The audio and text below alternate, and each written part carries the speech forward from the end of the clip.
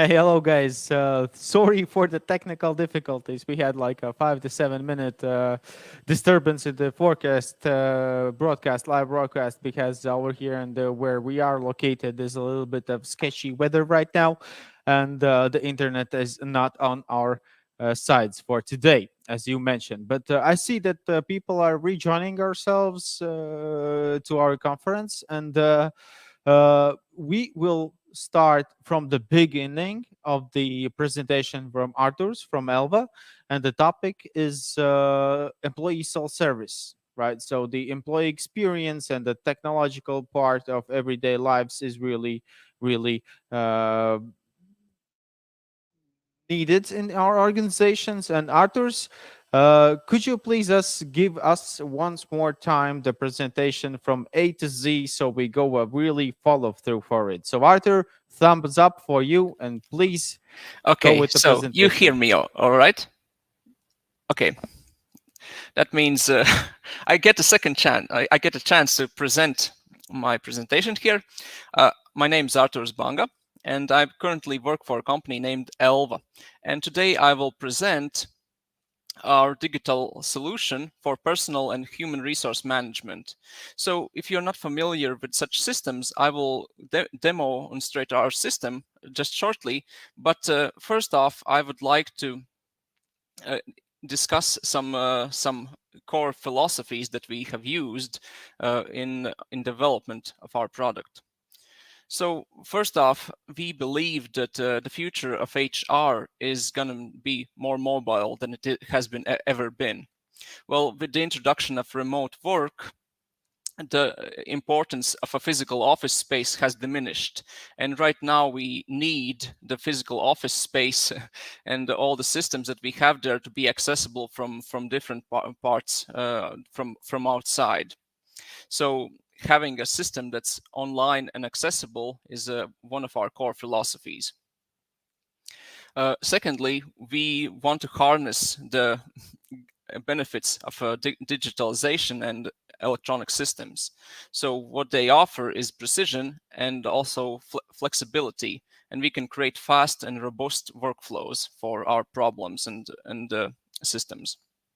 So we try to use and incorporate this as much as possible in our system. Let's have a brief overview of some of the problems that we might run into right now. Well, 20 years ago, 30 years ago, we started out with paper, and the paper is one of the slowest mediums. Right now, we have already introduced a lot of digital solutions, but digitalization itself is an ongoing process. You know, some policies get renewed, some new laws introduced, and we have to adapt to those. So digitalization is an ongoing process. What we currently have is we oftentimes have a lot of systems that are not connected with each other. We might have several different Excel files. We might have an ERP system. We might have some other additional online services that we use. But oftentimes those different systems are not connected with each other. So we end up with a lot of data, but not all people have access to it. So a large portion of data access is GDPR is the thing that kind of forces us to think how we give data access to people. So those of you who know what GDPR is, you probably know that it's a big headache. So we have normal information that we can distribute to everyone. We have sensitive information that has limited access, and there are levels of that sensitivity. So we can't display all information to everyone. Now, routing this information and giving access to information to the people who need and can have access to it, that's one of the core problems that we try to deal with when we worked on Panorama 365. So this is a good moment where I can introduce Panorama 365. As I mentioned, it's an online solution. Now, all you need to work with it is a device. It could be a computer, it could be a mobile device with internet connection, and then you can have access to it. Now, the system itself is designed in a way that it connects to an ERP system. So it gets a lot of the data from ERP system, and it allows normal employees to interact with that data. And once we log in, we are greeted with a panel like this. Now, this screenshot here, it's taken from a high-level access employee. So, but depending on what rights and roles your employee will have, when he logs in, he might see a totally different picture here. Now, basic employee level access will usually be quite limited. Employees will only see a fraction of what can be seen here, and they will not have access to a lot of the functionality that administrators or managers might have access to. And those roles and rights, those can be specified by you in the administration panel. So you can specify which employees have access to which parts. Now, as I mentioned, I'm from Elva, and we work in Latvia, so it's in the heart of the Baltics. So currently we support Latvian, Estonian, and Lithuanian languages, as well as English. Also, one other thing is that our portal is mobile friendly, as you can see in the screen. But I'll note one thing. Some of the functionality that we have that's more data intensive, for example, like shift planning and time management, it will still require you to use a normal sized computer screen, because, well, a mobile screen, as fun as it is, and as much as we would like to make everything accessible in mobile phones, there's only so much you can display in that small screen. Now, for more data-heavy functionalities, we'll still need to use computer screens. Now, let's jump over to an employee information page. Now, here is a good example of various different types of data. So, as I mentioned, Panorama is designed to connect to an ERP system. And a lot of the data that we have comes from that system. So in this example, I can see my employment date, I can see my direct contacts, I can see the team where I work and my position. And all of this data, as well as my teammates, that information comes from the ERP system. So if we make changes to the ERP system, for example, we add a new employee to our team, it will be displayed here. And it will be updated. So the portal and the ERP system, they connect with each other and synchronize data between them. And also, in this view, we have some other panels as well. So we have this company goals panel here. Now, that's an example for data that is created in Panorama 365. So this is an internal functionality, and we have several functionalities like this that are internally only in Panorama. Okay, but for now, I would like to go through a simple process and show how we can actually practically use, how employees can practically use our product. So an example that I have chosen is creating an absence request. So what would I do if I'm an employee? First off, I find the absences section in the menu. I go there and I press add absence. And here I can choose a specific absence type. So those absence types, those need to be defined beforehand. So in administration part, we can specify what types of absence requests will have certain limitations or requirements. So in administration, I can set up that the vacation always needs to have a minimum of 7 days or a maximum of 14 days. I can specify that. I can specify if I need a replacer or some other data that needs to be always provided by the employee when he makes the request. So I can choose my type of request. I fill out the form, and I have access to some other useful information. Now here in the right corner, I have access to my remaining vacation. Now, normally as an employee, I don't really have access to such data. I would have to call my accountant, ask him so that he checks the ERP system. Oh, how many days I have accumulated for a certain type of vacation. And one other thing that I have access here is I can see the absences of my team members.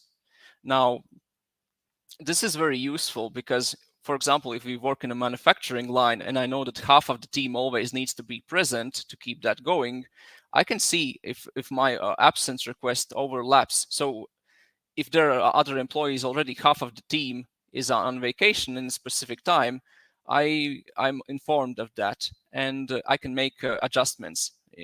For example, I can request my absence in a different time. Okay, based on this information, I can fill out my request. I press submit. And what happens now?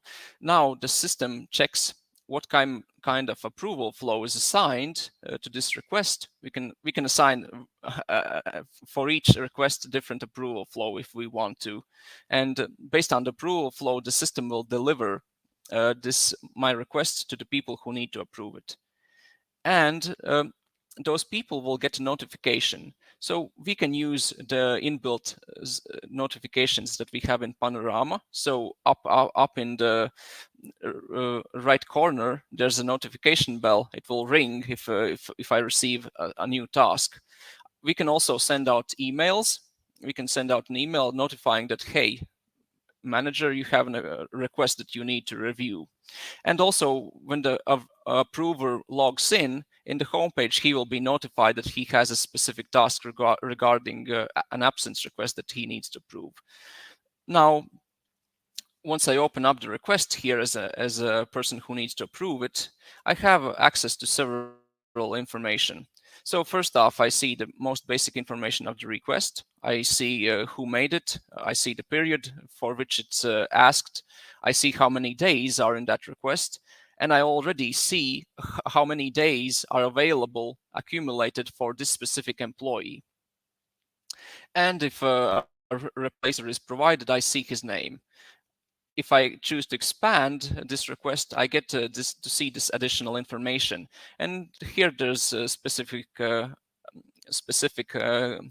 information regarding the people who made the request. I can access their contact information. I have access to all the specific data that they provided in the request, and I also have a list of other useful accumulation data that the employee might have. And down here, beneath the reject and approve buttons, I have access to the calendars. So if a replacer is provided, I already see him right beneath the requester, so I can check if the replacer is available during the absence. And I also have access to the team, where I can check how this new absence request overlaps with other people's absences.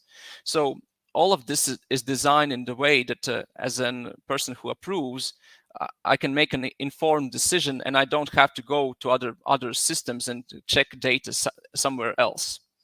So based on this data, I can choose to reject or approve the request. And if I do that, the employee who requested this absence, he will be notified.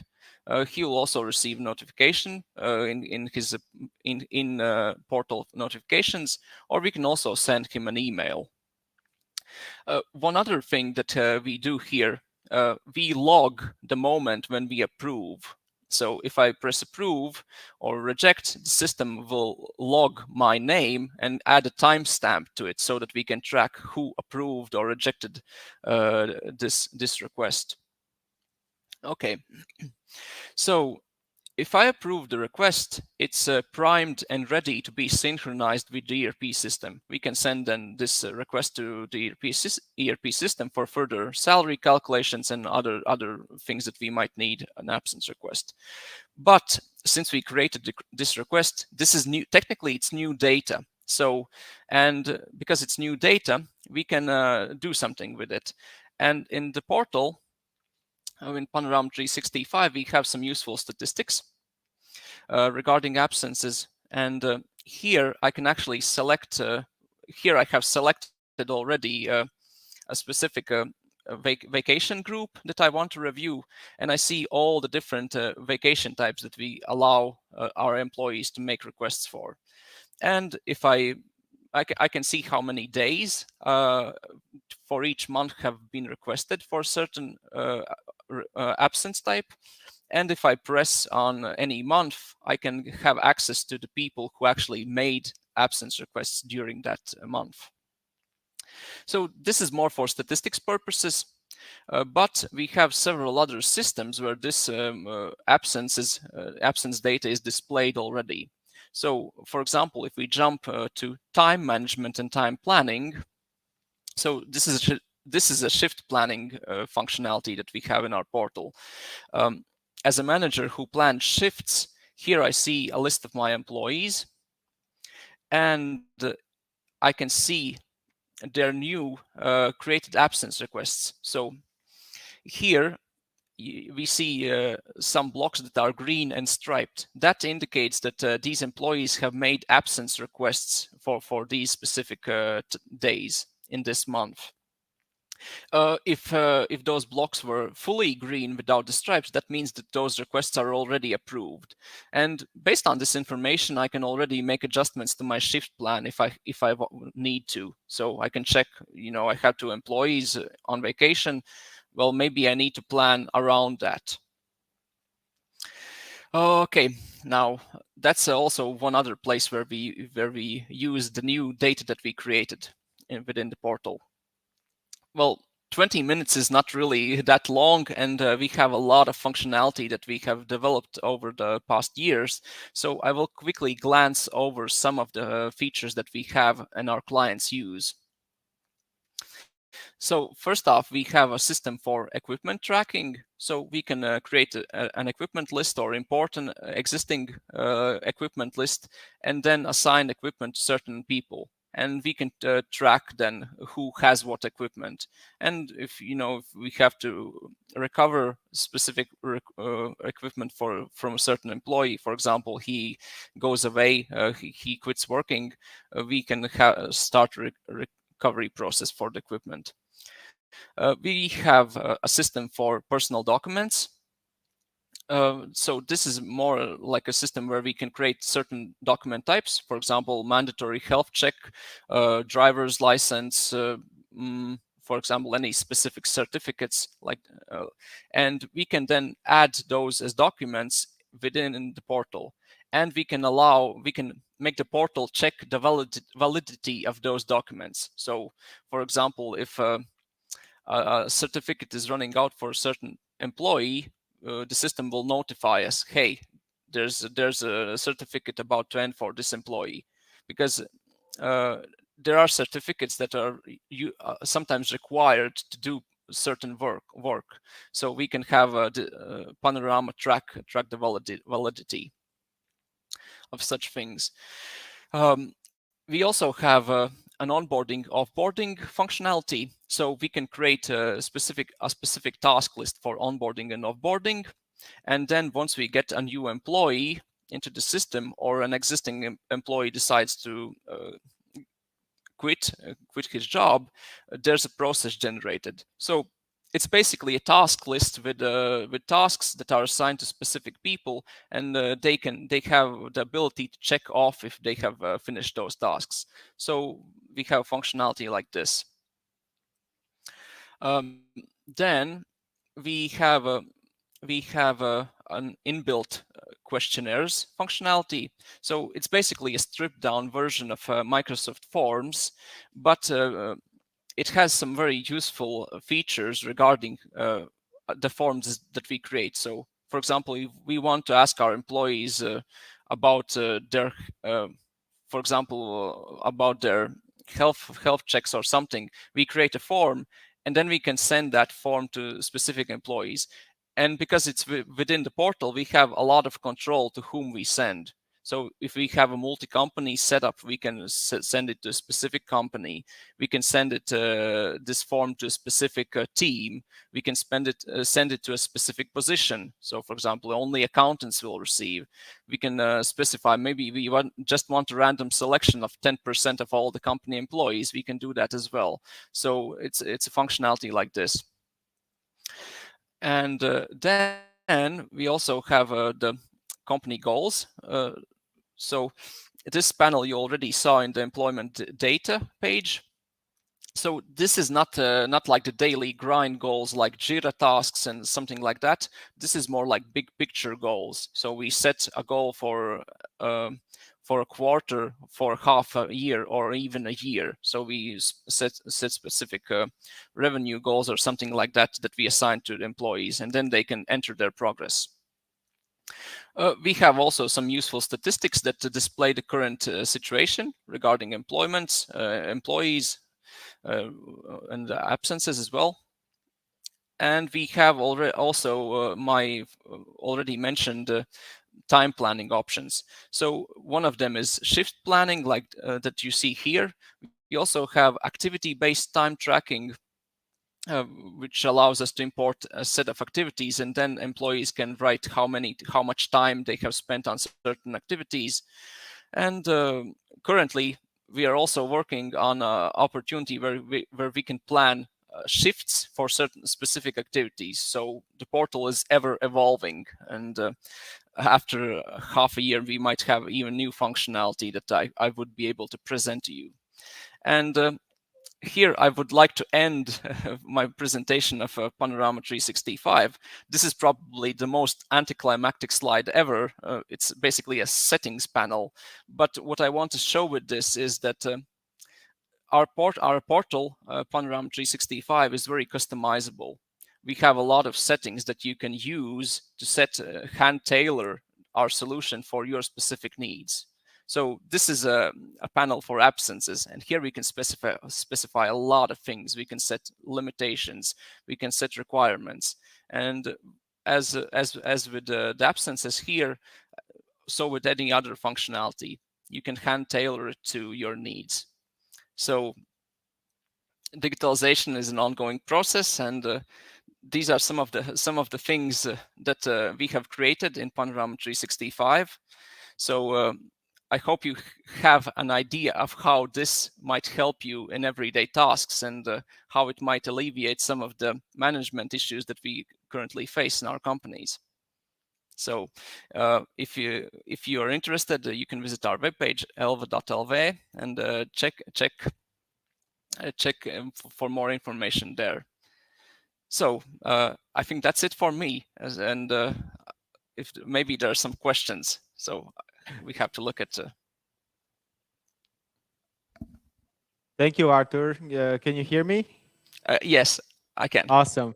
We're like in the future of HR in the field of technology, we have to think of innovative things how we can proceed if in the case there's something goes wrong because of the law of Murphy. If there's anything can go wrong, that absolutely is going to go wrong. And unfortunately, the weather over here in Latvia today is kind of a tricky, so we had lost the connection. But thank you for the super professional approach and then starting your presentation from the scratch, from the beginning.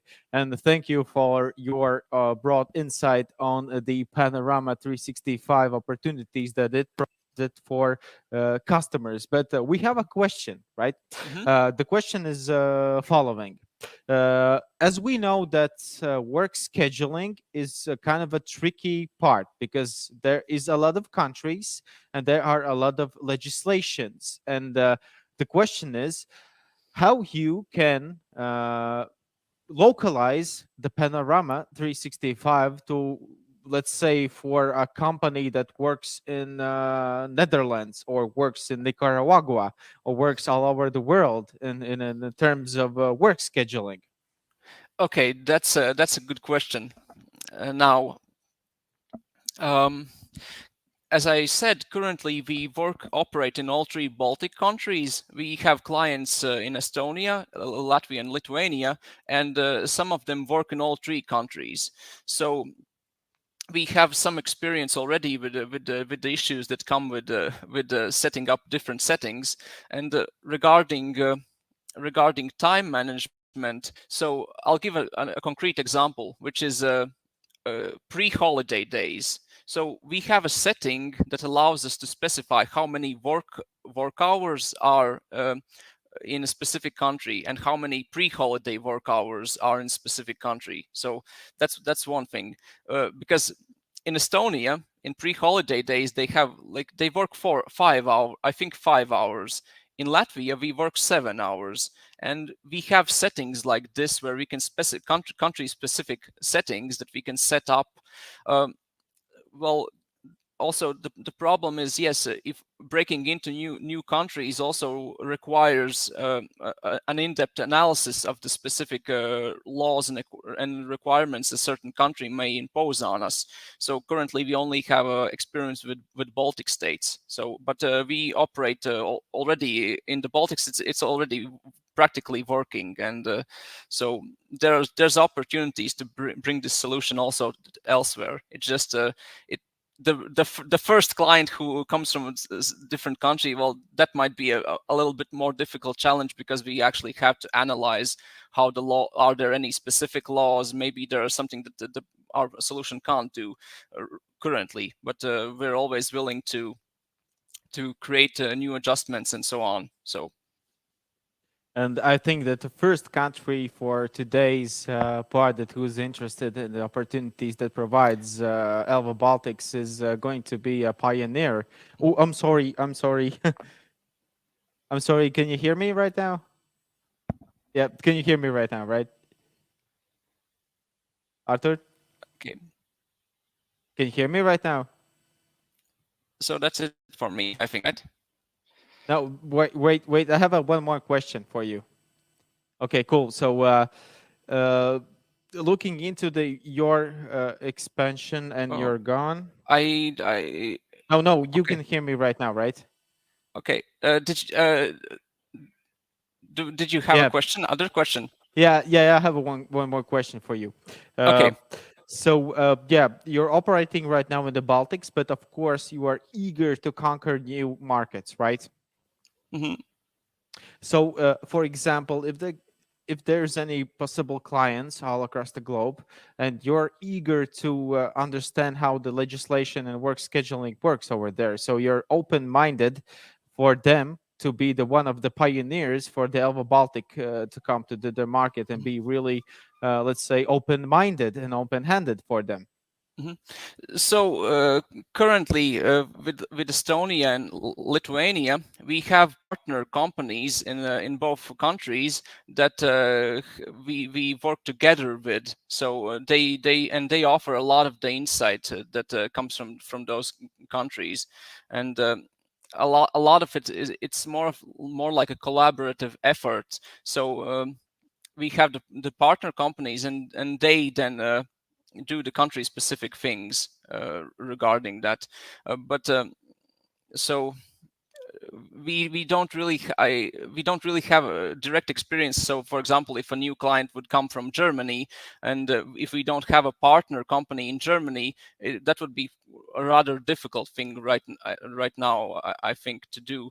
But if we have a so for example, if you have a partner company who would be willing to uh, specify the requirements that the country imposes, it would help us greatly. So then we can actually check if our current solution can offer everything that's needed to fit a certain law system that another country will show. But yes, if there's interest, we're always willing to communicate and see what are the possibilities. Um, us so awesome, and I think that we can emphasize to our listeners today that hey, if you guys want to help Helva Baltic to develop and gain new markets and be part of it, you can Hmm. clearly connect with Arthur's and Helva Baltic teams, and also if you have any questions for Arthur's, you can clearly connect with him on LinkedIn and on all of the contacts that we're giving for today. Okay. Cool. It's kind of an interesting ending for our future of HR conference with the little technical difficulties that we have right now, going with a lot of mixed technology, with it's consisting of telephone and then also with the online meeting today. It's kind of interesting ending, and I really thank you for the quick adaptation for this. Okay, thank And you.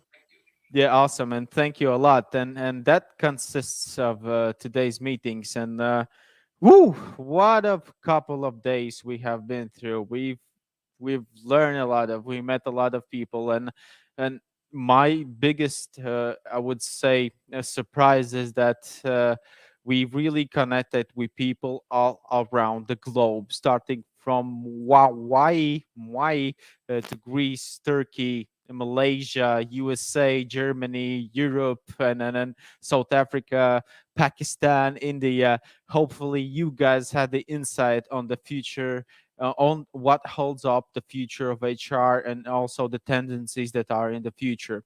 Uh, I want to thank all of our speakers that were attending all of these 2 days in our Future of HR conference. And well, the one thing is that the industry is evolving. It's evolving rapidly. Well, by the data from Deloitte, in the year 2017, only 59% of global companies were digitalized. But nowadays, it's more than 90.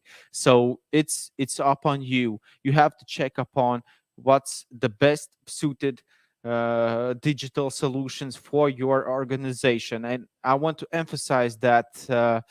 As Kaspars before in the opening discussion mentioned, and as I understood, and we all understood in these upcoming presentations for our, there's a lot of different tech that can help us to strive, that then help us to gain our business goals, that can help us to manage our personnel, and in the future is going to be a lot more digitalized, a lot more data driven.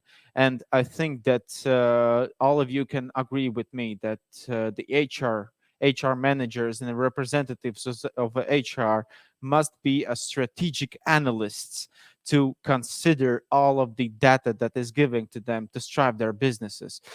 For me, that's all. My name is Nauris, and it was an absolute pleasure for me to be here to connect with you all across the world and to make.